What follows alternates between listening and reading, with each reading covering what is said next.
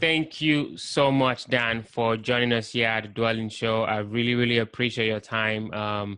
I know we've been trying to book some time to kind of get on, so thank you so much for joining. Yeah, thank you. I really appreciate this opportunity, and I'm really honored that you would ask me to be on this. Awesome. So a little bit about Dan. So Dan, he just has that entrepreneurial mindset. He started his own car detailing business when he was just 12 years old. So that's amazing. He graduated from Illinois State University in 2011 with a degree in business management. And he kind of became an accidental landlord when he bought his first primary home at 24 years old. His brother, as well as his friend, moved in with him and paid rent to live there, obviously. And then his girlfriend also joined him. And basically what he was doing at the time, even though it wasn't apparent to Dan, was he was house hacking, right?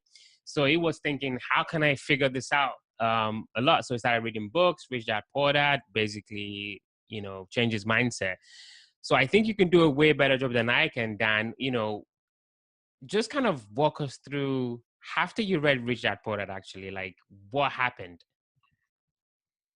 Yeah, I mean, it completely changed my mindset and starting to think about kind of focusing more on acquiring assets and getting away from being a W-2 wage earner where you really put yourself in the crosshairs of the IRS, like, Robert Kiyosaki says, where, you're taxed at the highest level. You have the least amount of freedom. So it really changed my whole mindset to start thinking, what can I do to start improving my life today? And, really buying those rental properties. I have found through all the research and everything that's truly the key to, generating that generational wealth. I love it. I love it. I love it. So I'm really curious as to why you bought, your first property while you were in university. I mean, how did that even come about? Just walk us through that process. Yeah, so really kind of like you had said earlier, I bought my first property and I started getting rent kind of accidentally from my friend, my brother, my girlfriend, who eventually turned into my wife. And it got me thinking, it really turned a light bulb off in my head that, if I'm doing this with one property, what happens when I can get to, 10, 15, 20 properties down the road? Because I was able to save so much money while wiping out my major, my biggest expense, which is your mortgage. So then I stumbled across Bigger Pockets. I started diving into the forums, the blogs, reading just everything I could get my hands on. And I got a realtor. I put together, my little team of my lender who actually found me on Bigger Pockets as well. And I kind of knew the first one, I wanted to make it as easy as possible, kind of test the water. So I found a property that, didn't need a lot of upkeep or initial maintenance, and just kind of dove right in. It was a little scary at first, but you learn along the way, and there's definitely things that you learn along the way that you just can't read about. You really don't understand it until you get in the game. Fascinating. So you basically jumped right into it. You were basically, when you had your first property, you weren't even thinking of real estate investing. It was just, you just bought a property and you were getting rent for it, right? Yeah, exactly. I just wanted to not pay rent and I love it. Be a homeowner. That's good. And then you found this thing called Bigger Pockets, and then you found this book, Rich Dad Poor Dad. Then you started connecting the dots, right? But before we even jump to that part of the, your journey, people say, gurus are bad or good or not so good or whatever, but you didn't even go through any guru training. You didn't go to any seminars. You didn't do any of that. So just in general, what are your thoughts on gurus, and what are your thoughts on mentorship, paid or non-paid? Yeah, so I definitely believe that gurus have their place. I do definitely believe in the philosophy that Bigger Pockets strives to get across, which is, you shouldn't have to pay for it. I believe that at some point down the road, as you want to scale up and get bigger and bigger, it does have a place of, having paid internship. Last year I went to a real estate expo here in Rosemont, and I was fortunate enough to see Tony Robbins speak. So that was just mind blowing. And going to see him it's hard to even put into words, but I would definitely pay again to go see somebody like that. But I definitely believe for all the newbies out there, there's so much free information and knowledge, especially on a place like Bigger Pockets and podcasts like the one you host, that you really don't necessarily need to pay for any of those other things to get involved with real estate investing. Awesome. So you basically got your first property. You were loving the fact that it wiped up your biggest expense, as you said, the Mhm. mortgage, and you started thinking, I want to do more. So you did. Walk us through if you had any challenges to basically, go from your first primary residence to actually starting to invest. Obviously, you learned through Bigger Pockets, but what were the other challenges, even mental challenges that were in your way, and how did you navigate and overcome those? I'm really curious. Sure. I'd say just starting off, the hardest property to get is your first one. Once you really get that, if you're smart about it and you recycle that cash flow and keep building it up, to take you to your next property, I'd say the biggest challenges out there are just managing the property itself, managing the tenants. It is a little bit time consuming when you don't outsource things to a property management company like I'm kind of experiencing right now, where I do everything myself. So, showing properties, especially when you're working a full-time job, it can get a little strenuous at times, late nights, long hours. But, I'd say the biggest, challenges are really just that day-to-day maintenance when you're starting off doing it yourself, trying to save as much money as possible. Fantastic. So could you walk us through, your second deal, I guess, right? How did you find it and how did you fund it? Yeah, so I actually found this one off the MLS. I know people say that there aren't deals out there, but it's a great deal. We got it for only $50,000. It's a two-bed, one-bath, and it rents out for $960 a month. So it's honestly one of my favorite deals. It's almost a 2%, like we talk about, and it luckily so far I've had very, very little maintenance, and I actually bought the second property from the same seller as the first property I bought. They were a much larger real estate company, and they were kind of unloading a portion of their portfolio in the area. And it just so happened, I wasn't even really seeking it out, but it happened to be when we got at the closing table, it turned out it was the same seller. So that was kind of a cool twist. And I've reached out to them since, and I've even looked at a 10-unit property that they have. So, kind of just going back to that, I'd say, That's cool. That's yeah, cool. yeah. So you got that, and also, are you implementing the bra strategy at all? And if you are, can you walk us through one of those? The what strategy? I'm sorry. The bra strategy.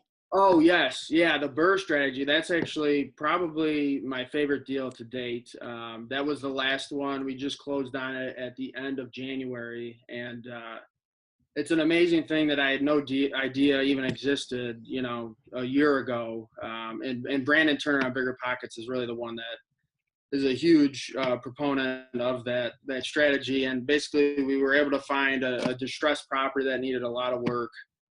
We got a great deal on it. We were able to negotiate down and get about 25% off list price. So that one we got for about 50,000. We were all in with rehabs at about 81, and we're hoping for an appraisal around about 100 or so. So we'll be able to pull our money back out at the end of the deal. So that going forward, that's really what I want to focus on is the Burr strategy, because it's amazing to be able to get an asset like a rental property with very little of your own money. So very little of your own money. So if I'm a dual listener and I'm listening to this and I'm like, wow, I like what Dan is saying, but I'm just like struggling. I don't have any money. What do you say to that real estate or, real estate wanna-be investor? Sure. So on my first two properties, I did them on my own. And after that, you're starting to kind of run out of capital. And my parents actually approached me because they saw the returns I was getting, 25, 30% cash on cash returns. And so they actually approached me and they said, we would like to kind of diversify, and we'd be willing to do, 50-50 partnership with you. So we formed an LLC at that point, and now going forward, we bought the last four properties together as an LLC. So, I'd really say that Initially it's tough, with capital and things like that. But if you have great deals, the investors will find you. The money will find you. So if you really, have a knack for finding good deals and properties, it shouldn't be an issue getting money. You can definitely go outside to look for hard money and things like that. So are you deploying like any crazy, marketing tactics? People say they do direct mail, people say they're basically cold call. There's a bunch of different, marketing tactics you can deploy, but it just looks like you're doing the MLS, or is that a mixture? Yeah. I've done the MLS up to this point. I'm now considering reaching out to more wholesalers to try to get, very good deals on properties and come in as a cash buyer.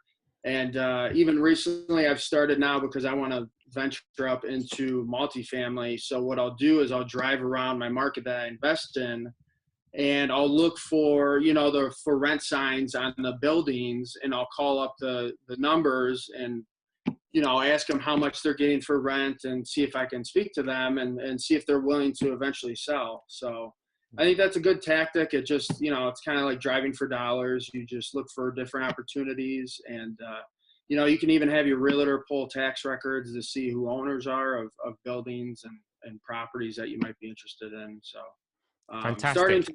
to go down that road.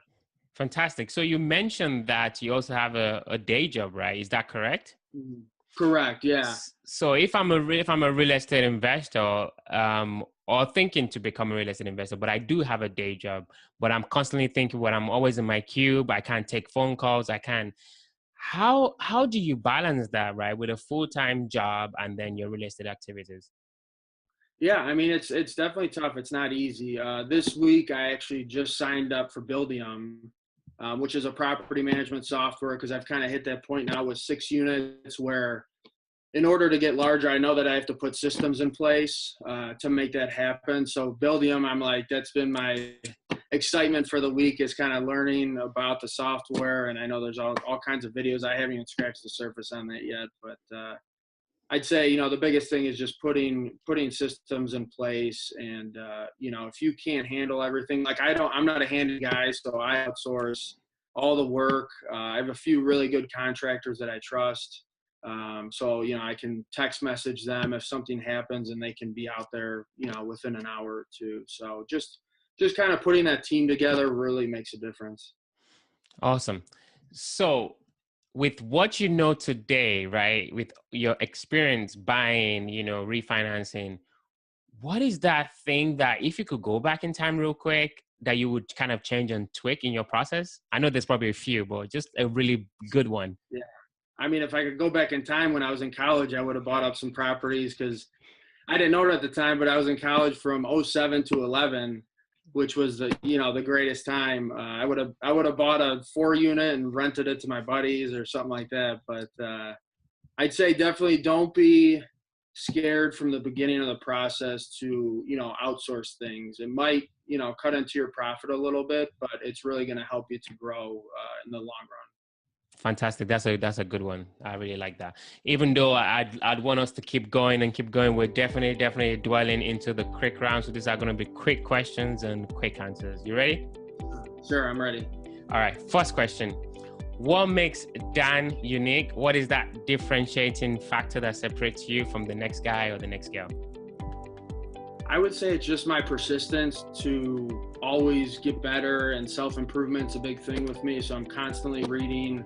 I'm constantly looking at ways that I can get better in all aspects of my life. And then also just that persistence factor of, real estate is ups and downs. You're going to have months where you don't get a single phone call and you're just getting checks. And then you're going to have another month where, you feel like the world's coming down around you. But, just being able to really push through, I'd say, is a big, unique factor that I have, and I think a lot of other real estate investors have to have. Good. So reading, that's a good segue to the next question. So what was the last book that you read, and what was that one nugget that you picked up from the book? So this week I actually, I just crushed through this book. It was so good. It was The Compound Effect, written by Darren. And just there's so many little bits of information you can get from that book. It's just an all-around amazing book. But just the fact that he really harps on making small incremental changes every single day can add up to huge changes in your life. And I've seen it too. I mean, just over in the last 2 years to get up to 6 properties, 2 years ago, I never would have thought that happened, but by taking those small steps every day, it can definitely be a possibility for anybody. Wow, awesome. So you're managing your portfolio of assets, your rentals, you've got your day job, you've got family, you've got all this stuff going on. What do you do for fun? Well, when I get a day off, I love to get out on the golf course, playing golf. Me and my wife love to travel. I think we have 6 or 7 trips coming up just this year alone. So we love to get out and enjoy ourselves when we can. And I'd probably say that's about it. Lots of traveling when we can, golf, being outside. We're planning to move here coming up in September to Arizona, so we can't wait to get out there and start hiking and doing all that stuff outside.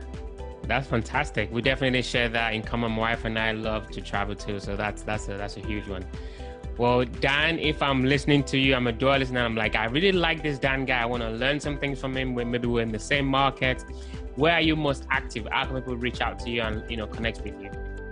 Yeah, I'd say the easiest place to get a hold of me would be on Bigger Pockets or Facebook. Just look me up, Dan Shelhamer. But yeah, Bigger Pockets. I try to be super active on there, reading the forums, commenting. It's a great place to learn. Dan, we really appreciate your time. Thank you so much. I cannot wait to see how your portfolio grows over the course of time. Thank you so much. Absolutely. Thank you. I really appreciate it a lot.